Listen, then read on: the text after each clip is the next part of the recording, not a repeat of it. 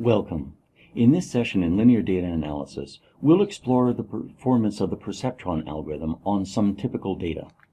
Let's recall the iris dataset. Here I've plotted the length of the sepals in the horizontal axis and the width of the sepals in the vertical axis.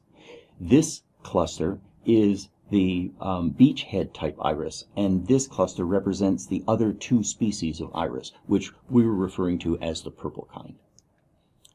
When I run the perceptron algorithm from one random start vector, this is the hyperplane that it's chosen. So here we can see that each of the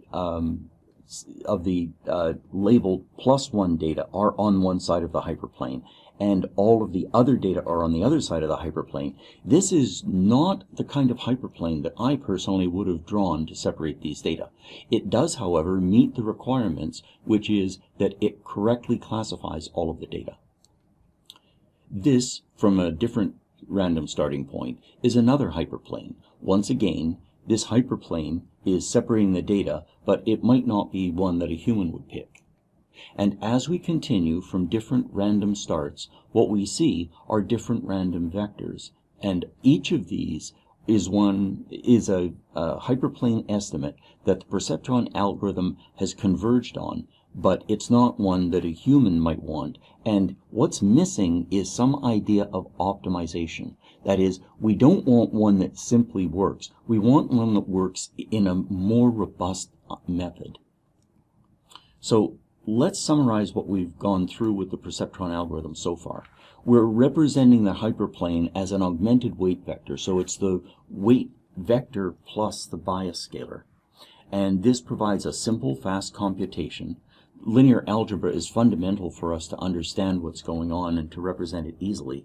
And this does extend to multi-class problems if you have multiple perceptrons. And that corresponds to what we've learned previously, is that we can handle multi-class problems with multiple hyperplanes.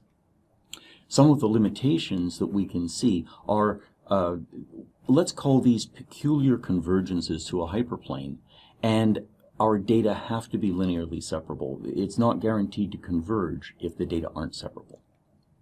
So what have we learned so far in this lecture? Well, we're now able to transform data from its original form to its augmented form for these computations. We can now implement a basic perceptron algorithm by, for example, transcribing our pseudocode into real code, and we can now test the algorithm on simple data such as Fisher's iris dataset.